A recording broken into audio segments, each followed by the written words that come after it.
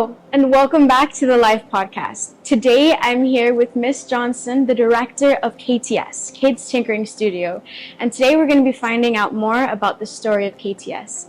Miss Johnson, it is a pleasure to be speaking with you today. Thank you so much. We're so excited to have you at KTS. I would like to know more about your genesis. Where did your general passion for the sciences start? It's more than just a passion for the sciences, but it's a passion for teaching. It's a passion for education. So I tell the story all the time. I never wanted to be a teacher to start with. And eventually I kind of was thrown into the field. But I think the moment for me when I realized that this is what I wanted to do was there was a little kid in school and he couldn't write. And we worked with him and I tried so many different techniques. And the day he actually wrote his name, I just started to cry. I felt so alive. I felt like, oh my God, something that we worked so hard on, we could actually get this child to actually write his name. As a teacher, when you see the wheels turning in a child's mind, and then you see their eyes light up when they understand something, success. And that's where it started, more or less. Well, that is so beautiful. Yes. So it really was just how it paid off to invest in somebody. In a child, yes, and to see them actually understanding concepts. Even to this day, we may be in a lab doing an experiment or something, and then we will hear them and we'll hear the shrieks, and then you say, yeah, I'm doing what I'm supposed to do. This is what I'm supposed to do. Wow. Yeah. So how did the vision of KTS come about? Yes. Well, my daughter, who is working at KTS now, she came home from school one day and she was saying to me, Mommy, I don't understand something. And I said to her, well, can you go back and ask the teacher to share it with you and to give you some more understanding? And she said, no, he said, just write the answer and you'll get the grade. Right. And that was a real pivotal moment for me, because it meant then that here you have a child who doesn't understand, but it's just memorizing. It's just all about the rote learning just for the grade. And that's not what I wanted for children. And I wanted to create a space where they can actually come into school, go into a lab, test something out for themselves, develop their own theories about something, and we're there to guide learning, and she being a part of the school now can look back and say, this is awesome, because now younger kids now can have an opportunity to learn in this unique way.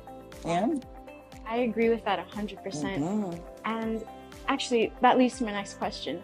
What separates KTS from other learning institutions? Oh my gosh. Well, apart from the passion for what we do and STEM, because we are the only STEM school in Trinidad and in the Caribbean, I think it is the availability of labs. Wow. So you're coming to school at KTS and you're not just sitting at a desk. You're not just reading from a textbook, but you have the opportunity to go into labs, and they rotate during the day in various labs. So we've got the innovation lab, the science lab, the library space, the media studio, gardening labs, art studios. So they have an opportunity to learn in such a unique way. I think that is what really makes us stand out from more traditional schools, because we are a non-traditional school. So a child coming to school here, it's all about research skills and presentation skills and working in teams as opposed to working individually. So you're really being prepared for jobs that don't even exist yet, and as opposed to being taught in the way we were taught for jobs that are now becoming obsolete. They are actually being taught to survive in a future that is now AI generated, where everything is about technology, everything is about creativity. If you don't have creativity, you can't make it in this new era, in terms of jobs and the job market and that sort of thing. So I think that's where we really stand out. Right. Yeah? Wow. I love that. It really just brings new opportunity, and you're really just preparing them for the future. And we are talking about 2-year-old kids. We are talking about children in our preschool program and in our grade school program. So imagine coming into a school at 2 years old and you are learning how to do research. You are learning how to present. You are doing a project. You have to share with your friends what part of this project I did and where did I get this information from, And so imagine them at the grade school level. Imagine what they're talking about. Imagine how they're articulating their thoughts and things like that. So we have seen the benefits of the program from preschool straight into grade school. And it's just amazing to see them every day. Yeah. So I can definitely hear the passion in your voice when you're speaking about this. And as well, I think that these are definitely the foundational years of of a person, let Mhm. alone a child. Mhm. So I love how you're really laying the foundation for a futuristic thinking, Yes, so that they can definitely. adapt and really flourish Mhm. in their future. So what we're talking about here is creating a culture, actually. Yeah. It's a culture of innovation and creativity. Right. So if you have children coming out of our school each and every year, they're going into, whether it's not our grade school, but they're going into primary schools anywhere else, you're having children who are going to challenge teachers and who are going to say to them, why is this like that? And why can't this be different? Why must all of these things look the same? Right. Can I build something that can help this to function? Can I rearrange something? Right. So that's what we're doing. We're building a whole culture. We're trying to shake the education system at its core in terms of what we knew to be standard, and now putting children out there who are going to say, where did you come from? You know? Right. So, wow, that was wonderful. And what are some challenges that you faced on the journey so far, in the initial start and in the upkeeping of the school? Sure. When you're into something that's non-traditional, it's different, it's new. People don't have the benchmarks that traditional schools have. We don't have that yet. Wow. So people are investing in us now, believing in what we say we can do. And that has been a challenge. But the persons who have come into our school, they feel comfortable now. They know, hey, listen, I can see that my child is more than just memorizing something, but when I talk to my child, I can hear what he talks about or she talks about, and it's building trust over time. That has been a challenge for us. The pandemic was a challenge. We had to move online quickly during that pandemic. It was really, really tough. Online school wasn't easy, but then an online STEM school, we had a plus there because we had STEM kits and kids were using the STEM kits online, and so we kept a lot of our clientele during that time. It is always a challenge when you're doing something that's different. You feel like you are a few years beyond your time, and it's just a matter of the buy-in, really, you know. But we're thankful for the persons that we found. We're thankful for the staff that we have, our faculty. They're doing an amazing job. And we're actually seeing now that we have the grade school, the benefits of what we did in preschool, you know. So we're seeing that playing out now. Wow. And as the director, I would definitely call you the head and the leader, even though you had a team. You're kind of responsible for all these people. So what did you say to yourself to keep yourself going during those challenges? I think it's the passion more than anything else. We eat, breathe, and sleep KTS. It's in everything that we do. It's when you see us outside of the school, it's the same level of professionalism. It's the same standard that we try to uphold over the years.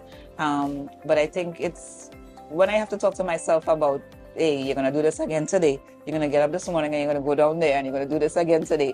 It's because I'm passionate about it. And I tell people all the time, we work with children. We don't work with products per se. So you walk into the school and you're having a bad day, and then somebody's like, Auntie, and they're giving you this hug and they're giving you this kiss, or they're giving you a high five, or, oh, look what I did, look what I made. And you just have to light up because we're working around energy, such positive, young energy. And I think that's what keeps us going, really. Honestly, it's really them. Really, really them. Yeah. That is, wow, I might tear up for that. It is so much the kids. They are sweethearts, and then you see and you can actually feel the love that they have for their teachers and their friends, and it's really a wonderful place to be. It's really, really a wonderful place to be. Right, so your drive would be seeing the fruit of what you're doing. Yeah, definitely. When we look at them, for example, our classes they're theme-based. So each semester it's a new theme. And sometimes parents will come back and they'll say, you would not believe what this child said to me. And they're telling me what they said about a particular theme. And I'm like, I didn't know you knew that. And like, yeah, we read that in the library, or so read that to us, or, you know, oh, I saw that in the media studio, and I'm, wow, you know. So yeah, they learn a lot here. We have a great family type of relationship here with the team and even with our parents. So it really keeps us growing. It keeps us excited and motivated each and every time. Yeah. And I must say, I personally admire how you're doing things because, okay, going to school, it was a little challenging just having to memorize things rather than being able to learn and be more curious about it as the children here are. And so I definitely admire that. Yeah. What we have seen with traditional schools is the traditional school system is that memorization and that rote learning. Now, even when people come out of the university and they come here for a job, we have to do some training because it's so different. You see it in real world life, something may happen and you have to adjust, and it's very difficult for people to adjust because they just know what they memorized. You change one block and it falls, So that having that availability for children to be that creative and that innovative, again, I have to go back to those words, creativity and innovation. It really makes such a huge difference. Yeah. And one more thing I have to say on that is you guys being a non-traditional school, the words that I'm hearing in my head right now are heart and core. Those are things that you guys have that would definitely separate you from other learning institutions, because it's rather than just, oh, you have to do this, you have to learn this because you have to fit into the world. No, you are raising children to be a difference in the world and to create new things, more innovation, and that is very special, I must say. Yeah, I mean, if you think about Trinidad, we have so many professionals who leave Trinidad to go live abroad. At some point, we're going to get to that place where we'll have no more engineers and we'll have no more innovators, we'll have no more inventors here. But we want to be able to put kids out there who would see STEM fields as an area in which they would want to go into. If you look at a country like Barbados, for example, it's so forward thinking when it comes to education and STEM education on a whole. And the way their country has evolved because they've put so much into that. We want to try to do that here in Trinidad as well, where we are creating a place where children come in, they learn to be so creative and so innovative, and that is a critical thinking element, so important. Because in the real world, it's not about what you can memorize, it's about what you can actually do. And that is where I think we have a lot of challenge right now, because when you come out, if you forget what you learned, what you memorized, then how can you function in these various jobs that you want to function in? 100% agree. And just to end it off, what is something that you've learned on the journey that you would share with someone else who's struggling to live their dream? I think be patient with yourself. We are only 8 years old, but sometimes we try to measure, hey, how are we doing in comparison to this other institution or so? And sometimes I have to stop myself and say, be patient with yourself. No matter what your dream is, be very, very patient. Take the time to actually enjoy the successes that you have along the way, so that you won't keep looking back and saying, I don't think I'm doing enough. I don't think I'm doing enough, I also think that discipline and consistency, there's no such thing as a quick fix. You have to be consistent with what you're doing, and you have to be very, very disciplined with what you're doing as well. So once you stick to that, I think you should be fine. Thank you so much. This was such a pleasure. Okay, it was lovely to have you here at KTS. Thank you.